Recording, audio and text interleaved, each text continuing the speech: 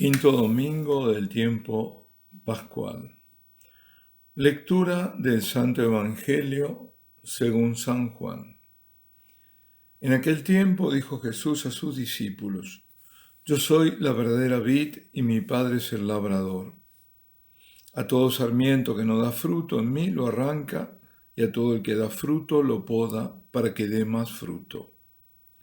Vosotros ya estáis limpios por las palabras que os he hablado. Permaneced en mí y yo en vosotros. Como el sarmiento no puede dar fruto por sí si no permanece en la vid, así tampoco vosotros si no permanecéis en mí.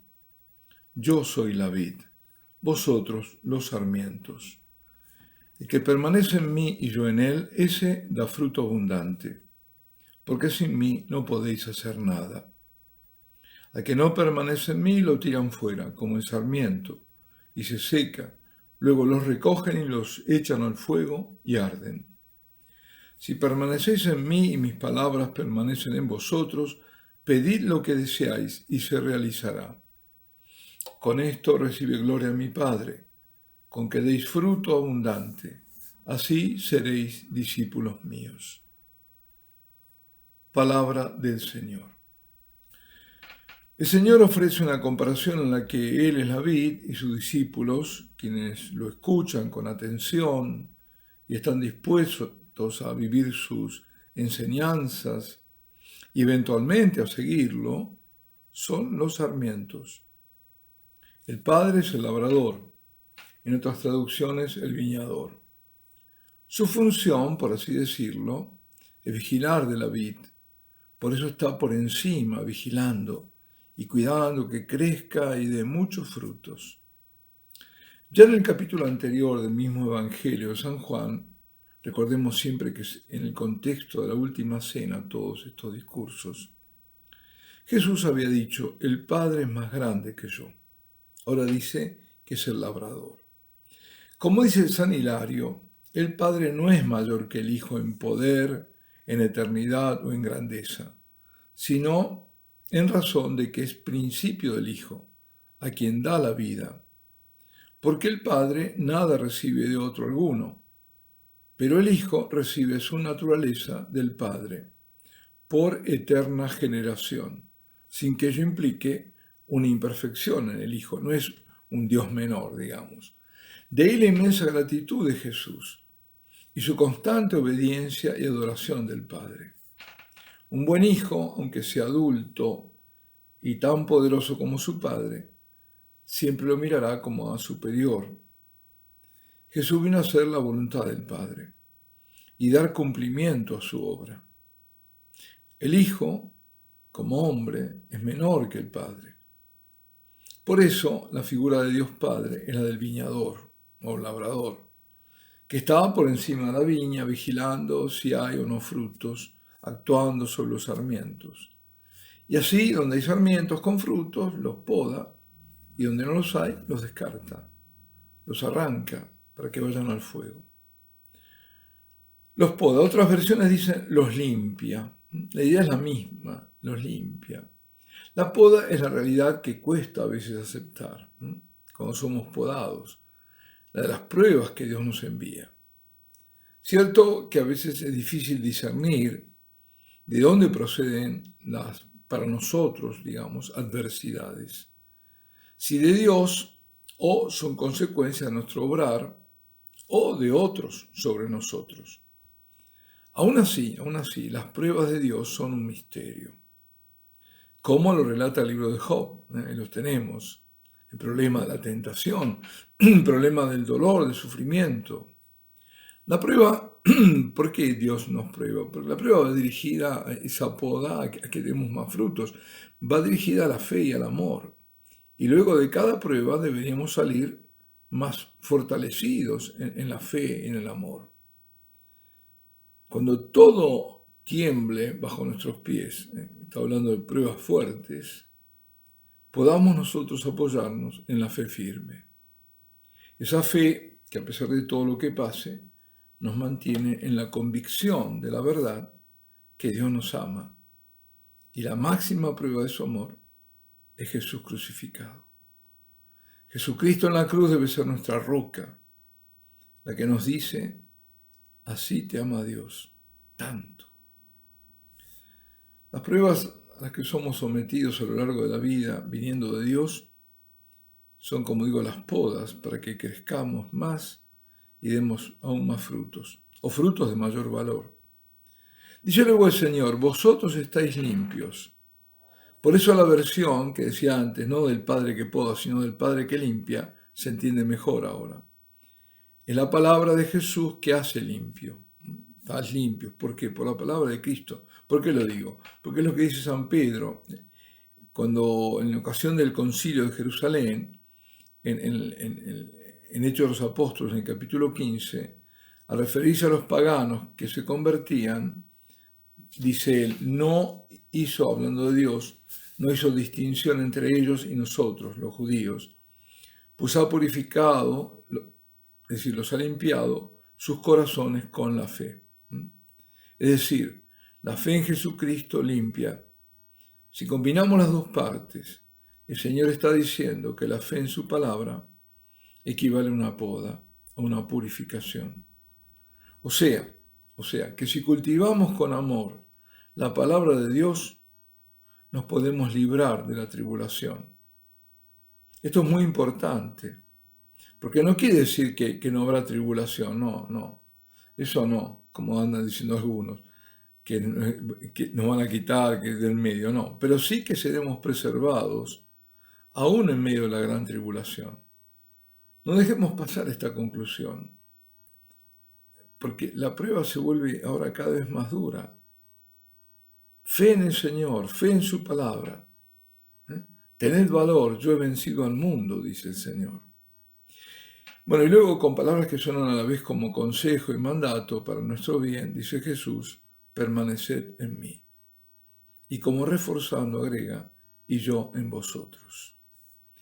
El Señor permanece en nosotros en la medida en que nosotros lo acogemos, que no lo rechazamos, que le somos fieles, que somos fieles a su palabra, de verdad, fieles a su amor, fieles a Él. O sea, permanecer en Él implica que Él permanece en nosotros.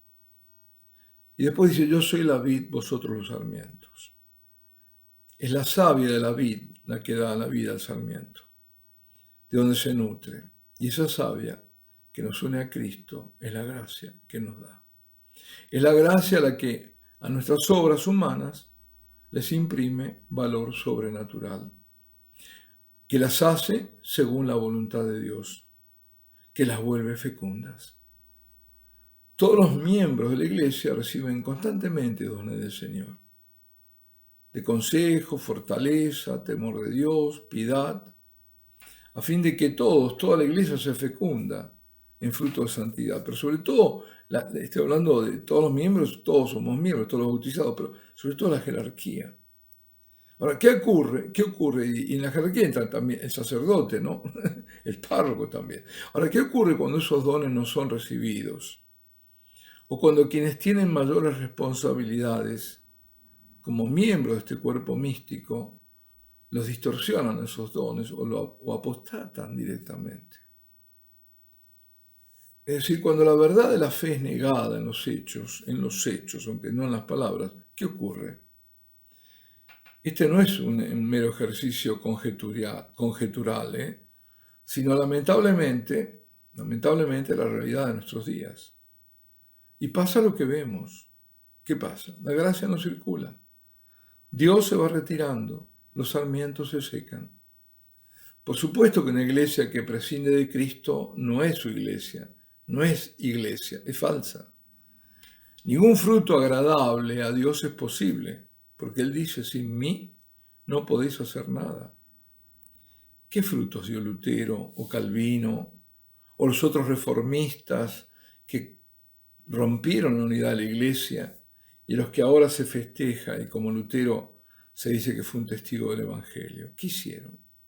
Sus frutos fueron primero de ruptura con la vid, con el mismo Cristo, por separarse de su iglesia, y luego de continuas divisiones, y por fin de ateísmo, porque en eso termina. ¿Y dónde está la prueba? La prueba está en lo que ocurrió en tiempos del dominio soviético. todos los países que estaban bajo el régimen comunista o las regiones de países donde habían sido fuertes los protestantes, los reformistas, con el colapso del 90, del año 1990, de esas regiones y países no quedó más que ateos, en su gran mayoría. Se conservaron donde eran católicos y se conservó la ortodoxia también, aunque con disminuciones, pero se conservó. Ahora, ¿qué frutos ha dado el modernismo, el progresismo, la iglesia del diálogo, del ecumenismo? Enormes deserciones, templos vacíos, seminarios cerrados. También los gálatas creyeron hacer menos de Jesucristo, pensando que se podían salvar por el solo cumplimiento de la ley. San Pablo los llama insensatos. Sin la fe en Cristo, donde viene la gracia, es imposible salvarse.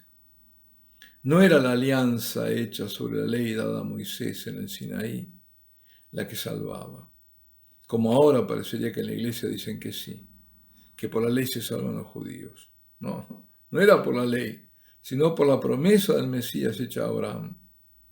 Quien piense que puede ser tan justo como para cumplir con la ley, se engaña y perecerá. Cristo nos salva por la gracia que vino a traernos, por medio de su pasión, de su muerte, de su resurrección. Es por sus méritos que nos salvamos. ¿Pero cuándo? Cuando lo aceptamos y reconocemos ante el Padre como nuestro Salvador. Cuando creemos en su redención, y de esa fe viene la salvación. Por esa fe en Jesucristo como único Salvador, es que nosotros recibido el Espíritu Santo. Por esa fe Dios nos adopta como sus hijos, por su Hijo. Y el Espíritu Santo, espíritu de filiación para nosotros, nos capacita para cumplir el Evangelio. Escribe San Pablo en su carta a los Romanos: el amor de Dios ha sido derramado en nuestros corazones por el Espíritu Santo que nos ha sido dado. El amor de Dios. Precisamente ese amor es la plenitud de la ley. Como decía un comentarista de este pasaje, triste es para el orgullo convencerse de que no somos ni podemos ser por nosotros mismos más que sarmientos secos. Pero el conocimiento de esta verdad es condición previa para toda auténtica vida espiritual. Y de aquí deducía un ilustre prelado americano que la bondad no consiste en ser bueno, pues esto es imposible, porque separados de mí no podéis hacer nada. La bondad consiste en confesarse impotente y buscar a Jesús para que de Él nos venga la capacidad de cumplir la voluntad del Padre, como Él lo hizo. Nadie es suficientemente bueno y justo, lo repetimos, como para salvarse por sí mismo. Hay un único Salvador. Que nadie se engañe con esa fraternidad en la que somos todos buenos y entre todos nos salvamos. Curiosamente, aunque en realidad no es así porque es la cara de la otra moneda, cuando más se habla de hermandad y de deseos de paz, de superación de enemistades y búsqueda de aspiraciones comunes, cuando se habla de puentes y de encuentros, es cuando más el hombre se separa de Dios. Porque se cree bueno y con su buena voluntad piensa lograr la paz, la armonía, el mundo mejor. Eso ocurre cuando se olvida la verdad fundamental, la verdad del pecado original. Y entonces se trata a quienes conocen la realidad, porque conocen la historia y sobre todo la verdadera doctrina, se los trata como pesimistas, profetas de desgracias. El pecado original dejó trazas, dejó inclinación al mal, y no son pocos los que obran por amor al mal. El buenismo, creer que el hombre es naturalmente bueno y que con las estructuras perversas son las que lo vuelven malo, es confundir la realidad. Y por ese camino se terminan mal. ¿Por qué? Porque se cree que la salvación es posible por el solo esfuerzo de la voluntad y que así todos pueden llegar a la salvación, prescindiendo de la gracia. Y eso es pelagianismo. Esa es la herejía del siglo V que hoy reaparece. Y también Jean-Jacques Rousseau, que tenía la teoría del buen salvaje, el hombre que es naturalmente bueno y que lo corrompe la civilización. Queridos hermanos, estas concepciones terminan teniendo consecuencias nefastas siempre, ¿eh? Por supuesto que, excepto casos patológicos, no es que el hombre se levante cada día pensando en hacer el mal por puro gusto, no.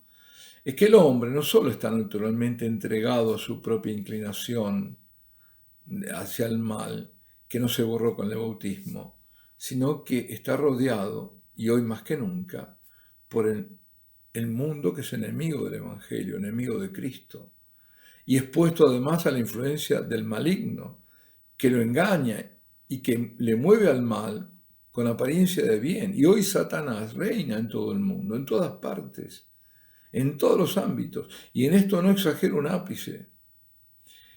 Es el misterio de iniquidad que está en acto. Y bueno es recordar a propósito de este misterio de iniquidad, y perdón si se hace largo, pero creo que vale la pena, que escribe San Pablo en la segunda carta a los tesalonicenses, cuando dice: sabéis lo que ahora lo retiene, el famoso catejón, ¿no? Para que se manifieste a su debido tiempo. Habla del anticristo. Porque el misterio de la iniquidad está ya en acción. Apenas se quite de en medio el que por el momento lo retiene, entonces se manifestará el impío, a quien el Señor Jesús destruirá con el soplo de su boca y aniquilará con su venida majestuosa. La venida del impío tendrá lugar por obra de Satanás, con ostentación de poder, con señales y prodigios falsos, y con todo tipo de maldad para los que se pierden, contra aquellos que no han aceptado el amor de la verdad que los habría salvado. Es decir, los habría salvado del amor a la verdad. ¿Y cuál es el amor a la verdad? El amor a Cristo. Cristo es la verdad.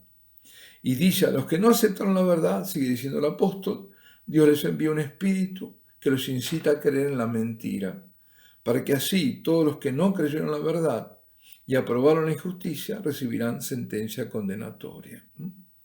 Es fuerte, pero lo estamos viendo. Por eso es por la aceptación de Cristo, de su palabra, de su sacrificio redentor, de la vida sacramental que esto comporta, es decir, confesando los pecados con frecuencia, toda vez que se cometa uno grave, viviendo de la Eucaristía, que es nutrirse de la sangre y del cuerpo de Cristo, de su sacrificio por el que somos salvados, y adorándola, que es la forma de permanecer en su amor por la fe.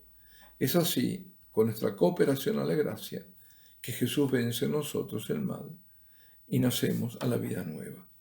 Por supuesto que el combate con el hombre viejo es constante y debemos siempre estar vigilantes, vigilar y orar, dice el Señor, para no entrar en tentación. Porque si no, el poder del mal nos vence. Entender la realidad que el mal anida fácilmente en nuestro corazón nos vuelve humildes. Si permanecéis en mí, mis palabras permanecen en vosotros, pedid lo que deseáis y se realizará, dice el Señor. Por eso San Agustín dice: ama y haz lo que quieras. El que ama cumple con la ley.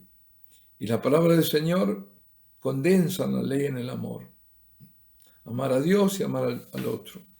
Pero no solo la condensan, porque eso está ya en la antigua alianza, sino que nos trae la gracia para hacerla posible. Aquí está la clave. Y con esto recibe gloria a mi Padre, con que deis fruto abundante, así seréis discípulos míos. Dios es glorificado cuando nosotros vivimos unidos a Cristo, mediante nuestra fe activa en Él. Es decir, no simplemente creer, sino obrar de acuerdo a ese creer. Y esta fe es nutrida por el mismo Señor en sus sacramentos, en la contemplación adorante de su ser. Entonces nuestras vidas sí son fecundas. La gloria del Padre es el amor del Padre por nosotros, viendo cómo sus hijos producen frutos abundantes y buenos porque aman y obedecen a su unigénito. Si producimos muchos frutos, se sabrá que somos discípulos del Señor. En el Evangelio de San Mateo el Señor nos da otro criterio cuando nos advierte: cuidado con los profetas falsos. Se acercan con piel de oveja, pero por dentro son lobos rapaces. Por sus frutos los conoceréis. Esos son los que devastan la fe de la Iglesia, los que ofrecen soluciones humanas prescindiendo de Cristo, los que ponen al centro al hombre y no a Dios. Señor, no permitas que nos separemos de ti, que fecundas sean nuestras vidas. Alabado sea Jesucristo, Y la bendición de Dios Todopoderoso, Padre, Hijo y Espíritu Santo, descienda sobre vosotros y permanezca para siempre.